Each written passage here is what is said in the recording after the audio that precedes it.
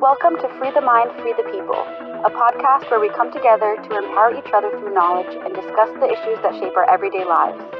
All opinions and information shared in this podcast are held by the host alone and do not represent the stances of the University of Central Florida or Department of Sociology. Hi everyone, I'm Hallie Spencer. And I'm Marina. And today we're going to be talking about Marina's story. And if you watched our last bonus episode, which if you didn't, go watch it after this. But we took some time and Marina interviewed me about my personal story and my family story and how it related to my journey in sociology. And so today I have the privilege to interview Marina, and we're going to hear more about her and her life story and what got her into sociology. And so let's get into it. So Marina, where were you born and where did you grow up? So I was born in a town called Mayagüez, Puerto Rico.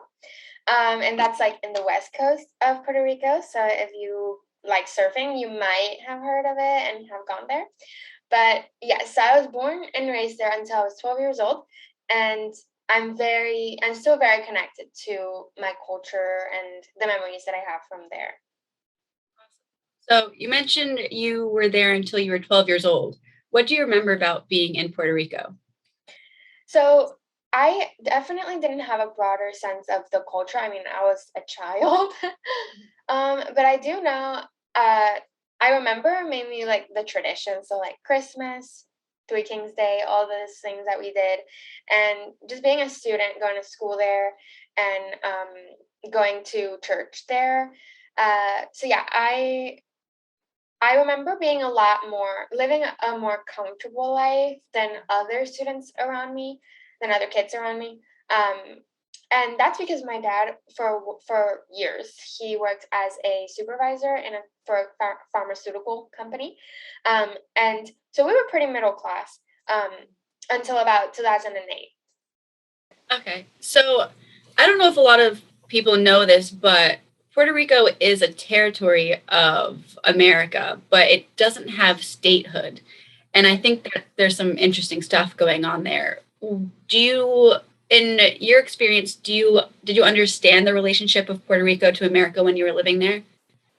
Yes. So I think Puerto Ricans are very intentional, at least when I was growing up, going to school through elementary and middle school,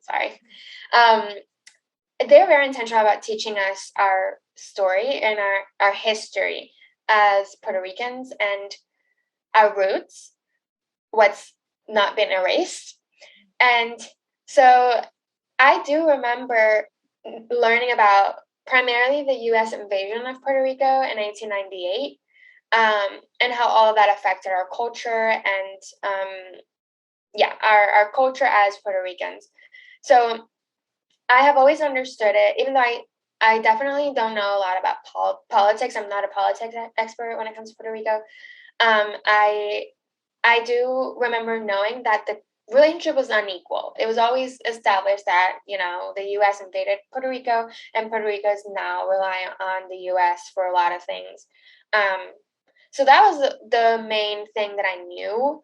And also the fact that what you said, so we're not a state, but we are a territory, which I call a colony, because we don't have much self-determination. We don't have autonomy for the most part.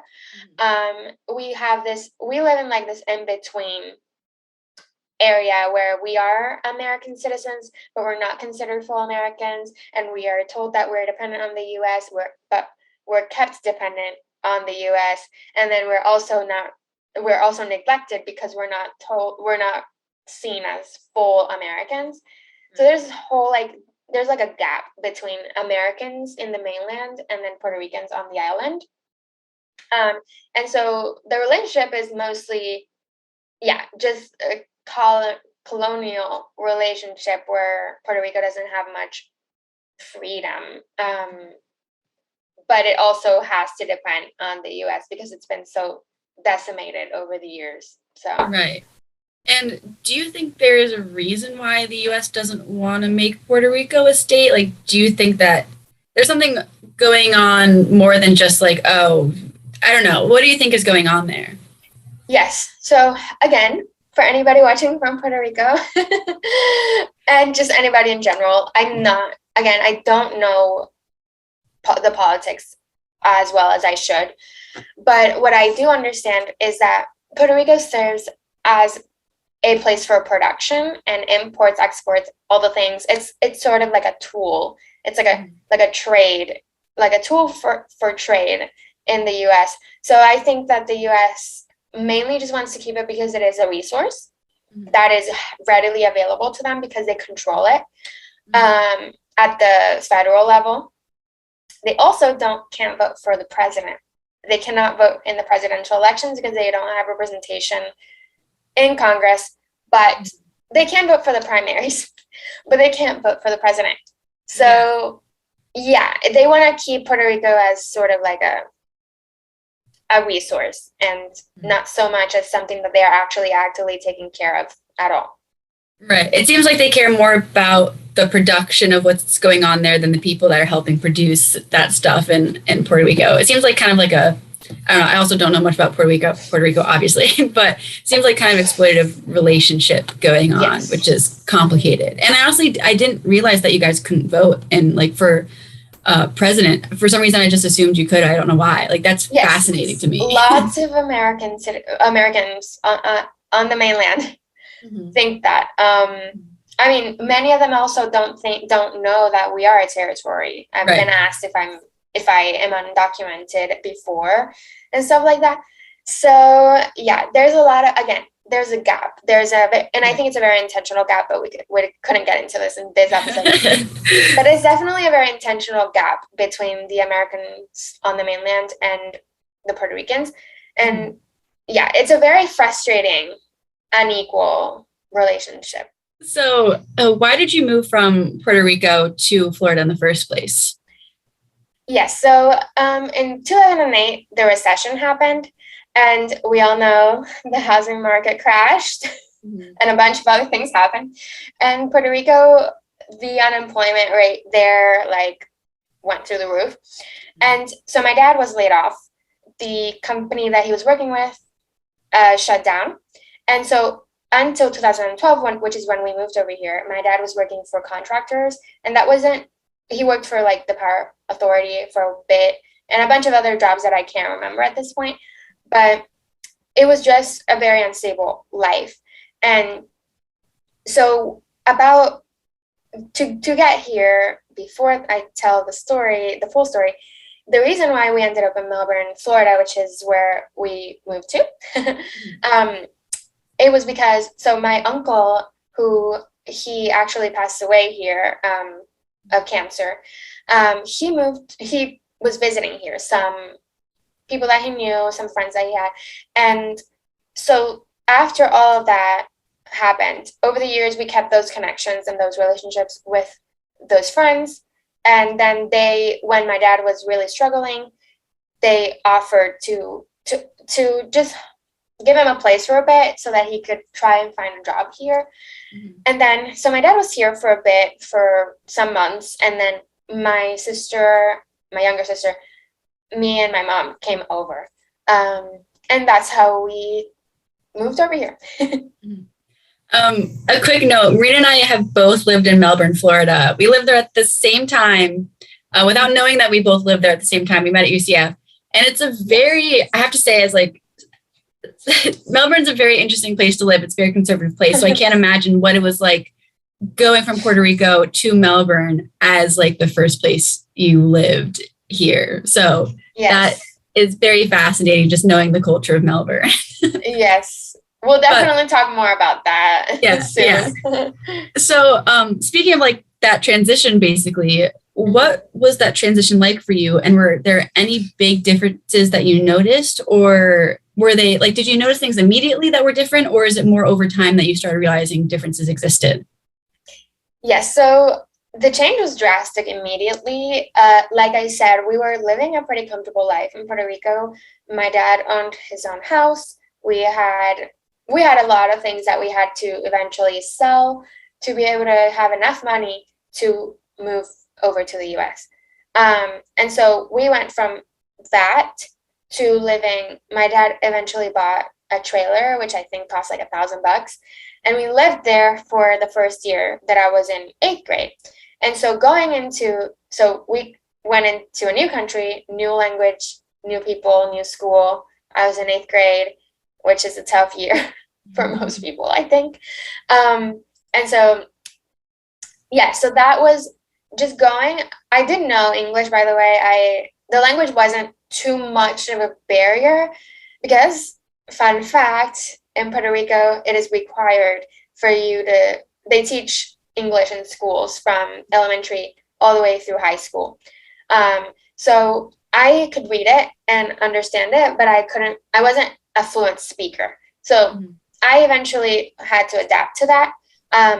But yeah, I think the major differences were the culture and the community that I was surrounded by, which was mostly white. And then I didn't know any Puerto Ricans. And also the quality of life that we had, because it actually ended up being worse than what we had in Puerto Rico. Of course, it was gonna get worse if we would have stayed. But before 2008, the quality of life that we had is nothing compared to what we then had here, thinking that we were going to a better place. So, and to this day, we live in low income housing. So it's not like we've really advanced as much as we would have liked. So there's definitely, it's better than the trailer. But of course, anything is better. But yeah, so I think that it's just been a lot different than we expected. Right. Yeah. The true American dream, coming to the US thinking that it was going to be amazing, and then not being able to move up the ladder because you're kind of just stuck there. Yeah. That it feels like the true actual American dream that happens to a lot of people. Yes. And I just to add one more thing, like I do recognize that I am privileged in that I am a grad student right now. I have a bachelor's. I've been able to slowly advance in ways that my parents couldn't back in Puerto Rico. But I won't deny that still the standard of living that we have now, regardless of my achievements as an individual, they're not better than what we had before. So it's a complicated thing, as is everything. Yeah, that's extremely interesting. And I'm glad you shared that, because that's something really interesting to think about. And going on from that, how do you personally identify with your experience? Would you identify yourself as an immigrant or a migrant or something else altogether, or neither? Is there a certain way that you most comfortably identify? So I haven't figured that one out yet. I want to ask, I just haven't gotten the chance to. I want to ask some immigrants that are not Puerto Rican. I would like to ask what they think about Puerto Ricans, whether they consider Puerto Ricans immigrants. Some people have used the word migrants, but that has been used for different groups of people as well. So I don't know. I think that what made me believe that I was an immigrant was that when I came here, I did know some immigrants from other Latin American countries. And so I was able to compare my experience to theirs in some ways. But I am a US citizen. I hold that privilege because I don't have to go through many barriers to get here, and to stay here and live here, and just advance here.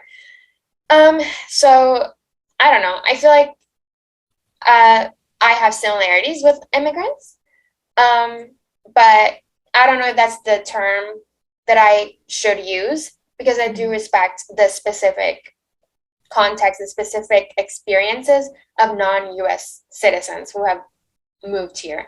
Right. So yeah.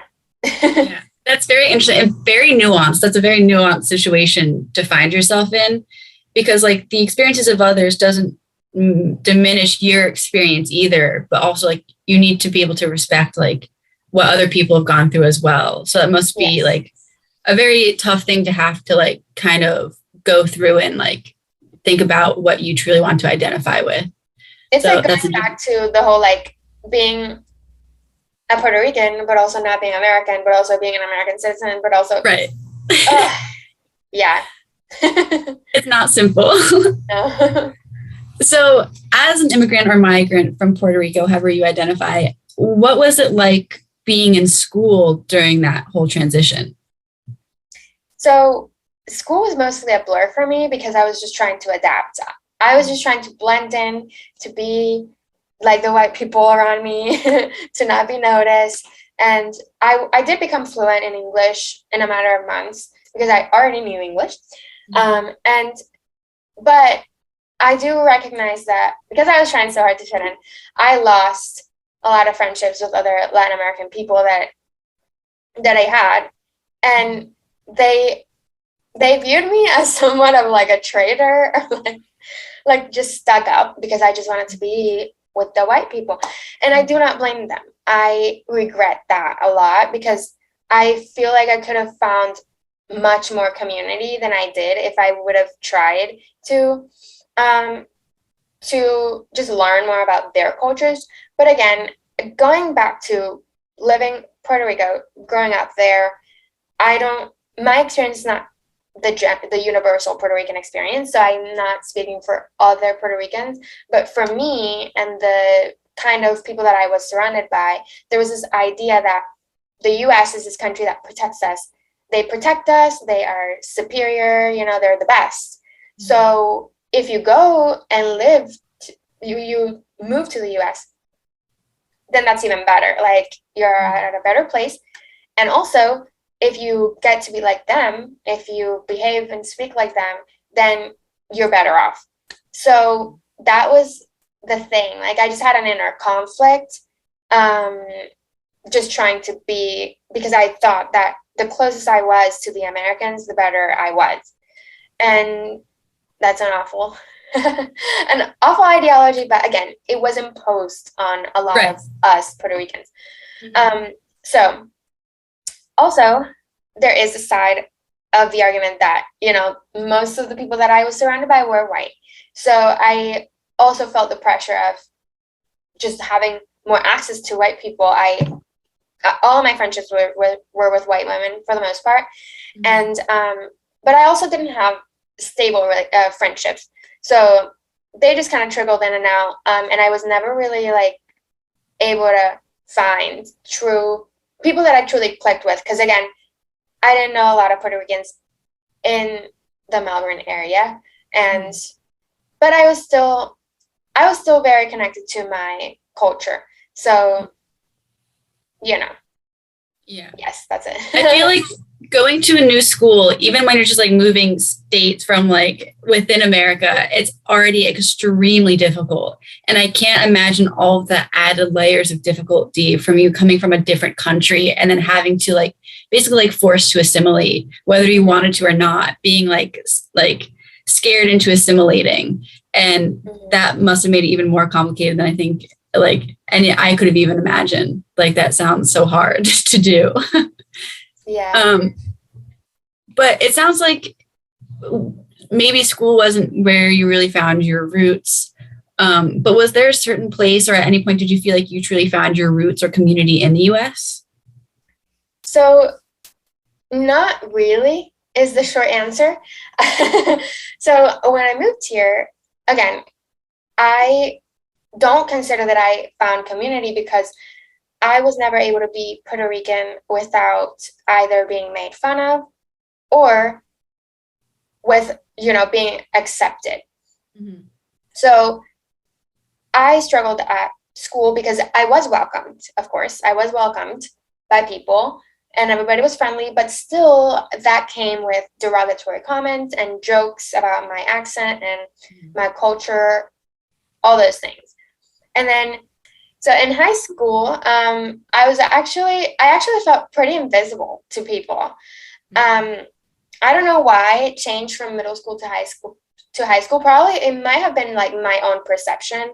Like I just became more conscious as I grew up. But in high school, I felt very invisible. I had only a few friends. And again, those friend groups shifted throughout the years.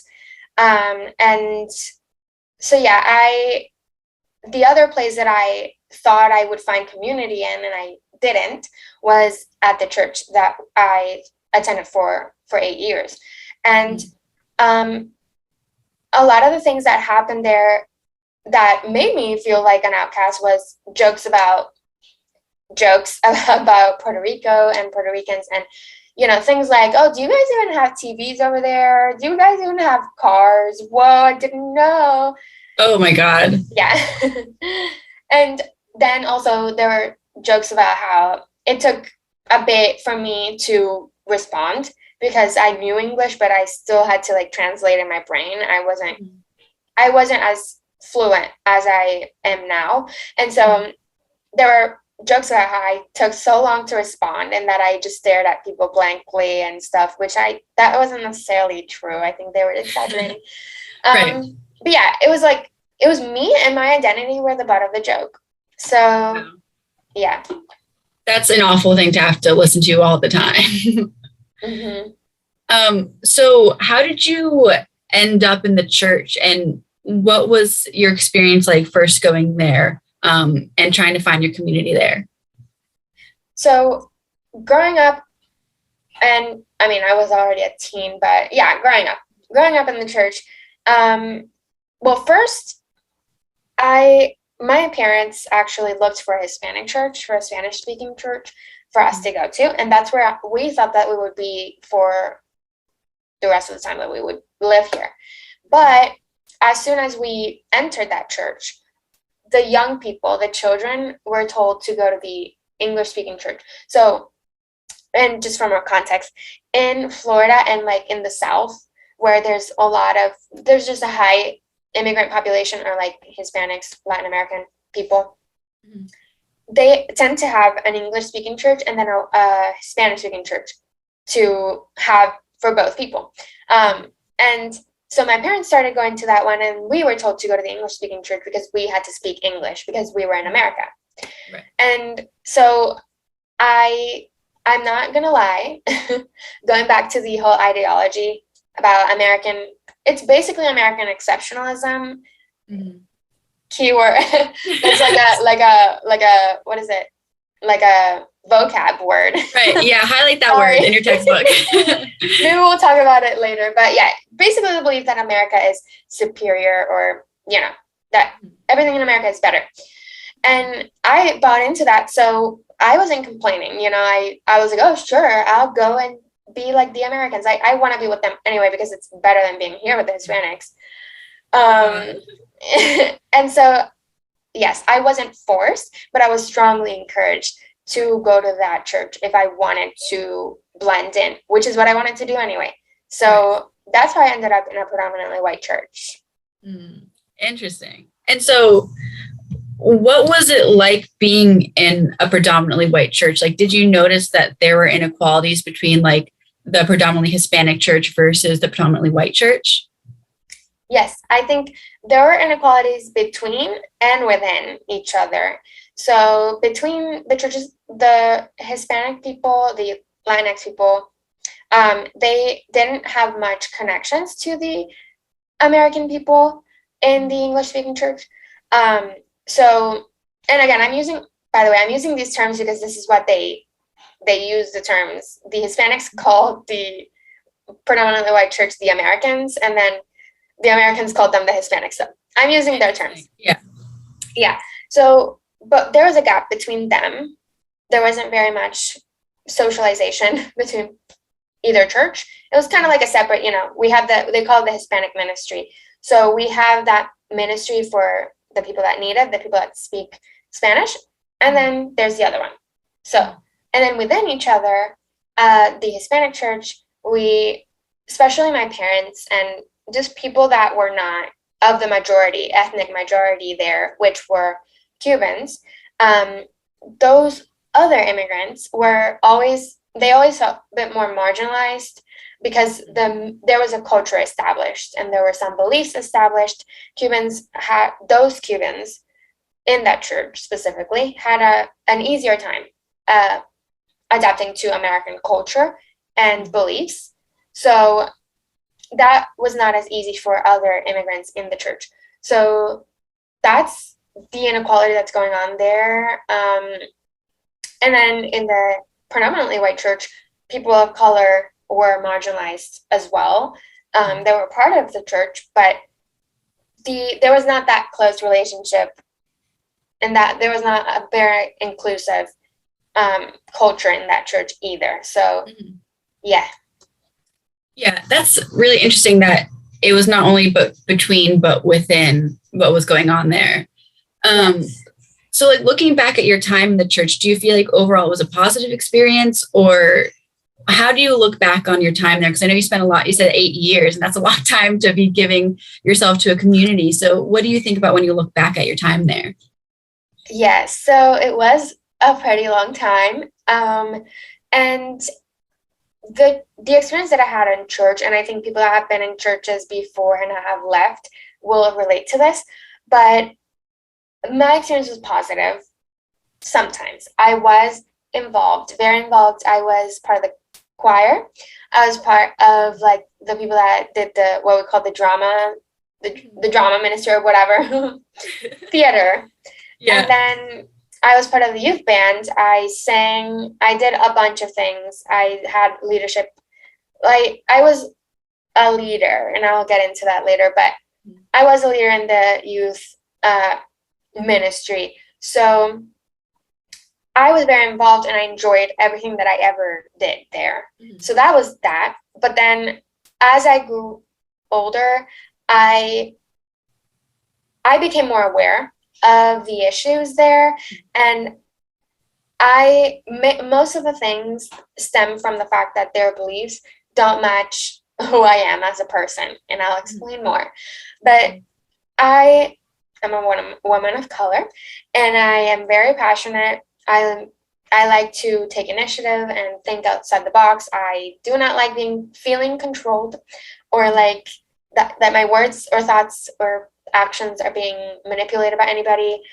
I also can't be silent. When I see something that's wrong, I have to say it. I will explode. Right. But yeah, so those things did not make me very popular in the positive way. You know, people liked me, of course, but there were things that we clashed on, and this was it. Because just for those that might not know, the denomination that I was part of, they did not allow women to be pastors or hold teaching positions over men. And so the privileges that I had in that church, I will say I was kind of like a hard pill that they had to swallow, because I was needed and I was giving them my free labor. So yeah, I honestly was allowed to do a lot of things that I wouldn't have been allowed to do otherwise, because I was needed. But as I became more aware of the issues, the pushback got worse against me, and so I agreed with some beliefs that they had. I will say I no longer believe these things, but I did believe the whole, like being against same-sex marriage and all these things. But I was more of the believer of like, we can believe this, but let people do whatever they want to do. And just that was an issue.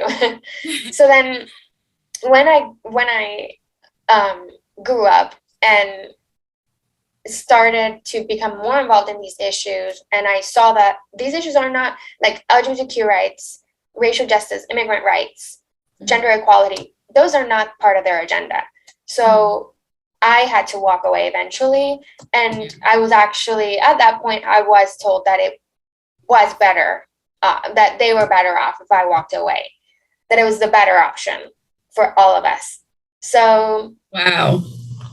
Yes. So it must have been, that just must have been really hard to hear from a place that you had put so much time and effort and free labor, and just like you found community in for such a long time, and being told that it's best for both of you to just like break that relationship off. It's just like, I don't know, that's tough. Yes, it is. My gosh. So given all of that, this is a question that you kind of asked me in my story, but how has your experience through the church and what you've been through affected your faith moving forward? So, a lot. And my faith is complicated. My sister's into crystals and astrology, all those things. And I'm just not. I'm very much a skeptic. And I was once told by a pastor, he didn't mean it in a bad way, but it's just funny looking back. He said that I was just a thinker, that I just analyze things so much. And, if you're in religion, that's not much. You don't do that much. Right. In general, because, to question the beliefs is to question the whole faith. So, so for that reason, though, even though I've always been like somebody that, thinks about these big abstract things, that actually led me to God and to Christianity. And because I was looking for answers and I was looking for something meaningful. But after my experiences and after I have learned different things and just broadened my perspectives and just realized that honestly, my beliefs just don't fit. They don't fit what they believe. So even if I wanted to call myself a Christian or like a evangelical in the US right now, I don't fit. I do not fit the definition. So it's like a complicated thing. The only concrete thing I can say, I'm not an atheist, but the only concrete thing that I can say is that I don't belong to the evangelical church, the Christian church in the US anymore. And I couldn't make myself belong to it if I tried. Right. That makes sense. That's very interesting. And so moving on, like beyond the scope of just your experience, how has this now affected your worldview today? And has it influenced your perspective on society at all? Yes. So I think that, again, my experiences just moving from Puerto Rico to here, it really opened my eyes to a lot of the inequalities and racism, homophobia, xenophobia, all those things that just became more blatant once I left my culture and my country. So also just coming from an island that was and still is a colonized country in my view and many people's view, and then moving into a mostly white community, going through the whole experience at church. So all of that definitely made me who I am today and the things that I fight for. And mainly I'm just, in terms of like politics and beliefs and all of that, I can generalize it to, I'm committed to fighting against all inequality and any institution, belief, or individual that promotes inequality. And I'm a firm believer in community. I think that power should be given back to specifically people that are marginalized, that haven't had the power all this time. And I also believe that a lot of institutions need to be abolished and transformed to better serve us. Again, us, the people that have suffered under this system for so long. So those are the things that I believe in, and that makes me an idealist in some people's mind, I think that a lot of things that I ask for are seen too radical, or impossible or whatever. But, based on my experiences, I'm just committed to not seeing people suffer in a system that doesn't serve them. So I don't, as I said, I told a coworker once, I said, I'm not interested in preserving a system that didn't have me or people like me in mind in the first place. Right. So exactly. That's it. Right. Yeah. And it's kind of ridiculous for people to be like, oh, that's ridiculous for you to think like, oh, that's too much to ask. Is it really too much to ask? Like, it's clear who this is serving and who it's not. Yeah, it's not too much to ask to make the world a better place. Right. Yeah, exactly. And I think people might be a little too cynical about that, where like people are so cynical to the point where they just don't think any change can be made. And I think that's where like it's important to remember that change is possible, especially with community, like you said. And the idea of just being like, oh, everything's awful. Whoops, can't do anything about it. Like that's just serving the people in power. And so you have to recognize when your cynicism is helping those our oppressors. Like you have to recognize when it's just become too much for that. And so it's very interesting that people have told you that before. Yes.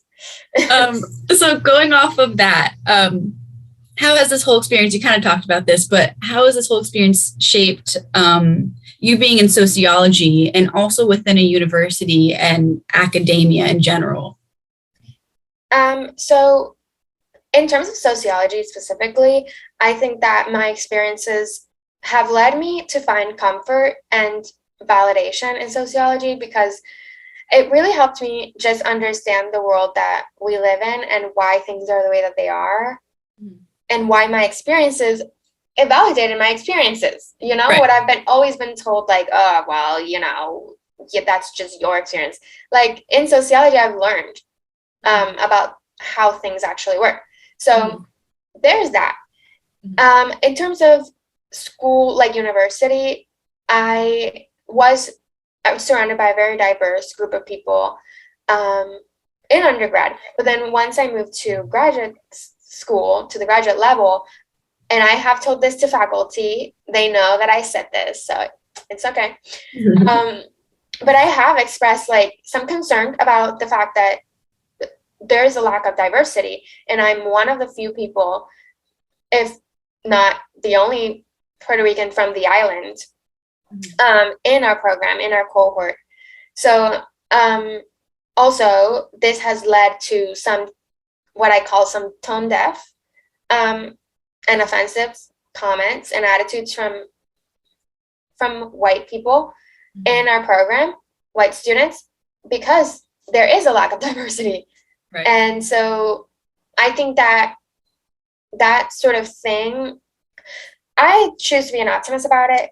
I think that sociology has a lot of scholars of color that have been talking about this for years, about the problem of lack of inclusion, specifically lack of inclusion in not just sociology, but academia as a whole. And so I think that if sociology is open to listening to those scholars and to us, students of color, there's definitely a potential for more inclusion in the future. So yes. That's really interesting. And I think it'd be interesting at some point to discuss why you think there is a difference between the amount of diversity in undergrad to grad school. And I'm sure there's a lot of things that we come up with why. But that's really interesting to see just like that number diminish. And sociology is like sometimes seen as like a woke field, or like we like to consider ourselves a woke field sometimes. But without like realizing that sociology has been run by white men for a very, very long time. And the true history of sociology has kind of been like completely whitewashed. And there was just like a lot of Black sociologists and sociologists of color during the beginning of its inception, and that were just kind of just like phased out and not talked about. And we don't really discuss the true beginnings of sociology and academia because of that. So the history of sociology has been whitewashed completely, and it's obviously still being seen today. And I think it's really important for us to see more diversity come into the field. And I hope that's something that we can maybe inspire more people coming into the field too, because it's something that needs to change, not in sociology, like all over, but also within sociology. I agree. Yeah, that's really, really interesting. And so going into your work in sociology, how has your experiences affected your research interests, and has that kind of like guided you to certain things you want to study? Yeah, so I would say that my experiences are very like directly associated with my interest in sociology. So my main interest, as I mentioned in the very, very first episode, are gender, race, sociology of religion, but more specifically Christianity, and also recently Christian nationalism. So all of those things,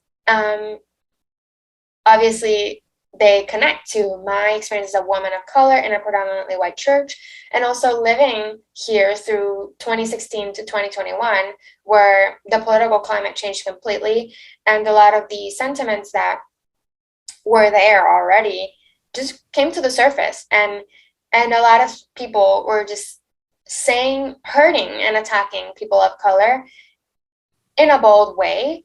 And so I just realized that with my career in sociology, and again, we both are very passionate about public scholarship and public sociology, which we keep mentioning it, but basically it just means, applying our knowledge towards social change and educating the public. So I just realized, after living through all of that, I realized that I want to make my career as a sociologist and my interest in sociology not just for me to learn more about women in the church, but also to create social change and to fight against those inequalities. Because to me, that's the purpose. That's the purpose. And I know we agree on that. We agree that is the purpose of our discipline and the future of our discipline too. Right. That's really important. And something about like the past sociologists that have kind of been kicked out of this field is basically because they were too political and public sociologists and were trying to create change and not just sit in their like armchair and think. And so it's really important that this is like a place for you to like make change and find ways to make change. And I feel like that's just something we've agreed on for a long time, which is also making this like a really fun process to see how people will respond to us in our hopes to create more public sociology. But going forward, how do you want your experience to be added to this podcast, and what do you think it can add moving forward? So I would love to talk more about Christianity and Christian nationalism and social inequalities as a whole throughout this podcast. And I think that also all of these interests connect to my previous research, my undergrad thesis, which was on conservative Baptist women and their experiences within the church, and that included white women and women of color. So there was a very huge difference between both of those experiences. But yeah, I would love to talk about my research in the past and my goals for my research in the future, because I think those things are, specifically religion in sociology and in society as a whole, I think that needs to be talked about more, especially after the January 6th insurrection, where there were Christian flags at the Capitol, and I will continue to talk about that. Yeah, of course. I hope you do. And so the one last big question to ask you with this, if the listeners could take one thing away from your story, what would you like it to be? So first, as we discussed in the previous episode about your story, that the main thing that we want to communicate is that our personal experiences, our lived experiences, connect to our journey with sociology, and that these experiences are valuable for the goals that we have for our discipline, so for creating a better world. And I think that can be done across different fields. So we just want to share with people the fact that our stories matter, and our stories can help us in whatever field we're in to change the world for the better. And then also, secondly, that voices like mine and yours, Hallie, our voices are very, very needed in not just sociology, but in conversations about society. I think marginalized people who have had family members like you with their experiences in the Holocaust, and you learning about all of that, and your experiences as a Jewish woman, and my experiences as a migrant/immigrant, we don't know yet, in a white community. Our experiences are needed to bring new perspectives to our discipline and our careers. These perspectives haven't been dominant. They haven't been the popular. They've been deemed too political, like you said. So we wanna open up more opportunities for people to, like us, to add to their disciplines and to add to sociology using their experiences. Yeah, that's awesome. Thank you so much for sharing your whole story. I hope people take a lot out of this, because it was very interesting to learn about the nuances of just basically all that you've went through and your own lived experience and how that relates to what's going on now. So I just want to say thank you for taking the time to share that. And so our next episode will be one of our main episodes. It will be our episode on intellectual activism, where basically we discuss speaking truth to people versus speaking truth to power, and how you need to use both of these to create social change. Mm-hmm. And that will be coming out soon, so please keep an eye out. And thank you guys again so much for watching or listening, however you're doing this. And see you next time.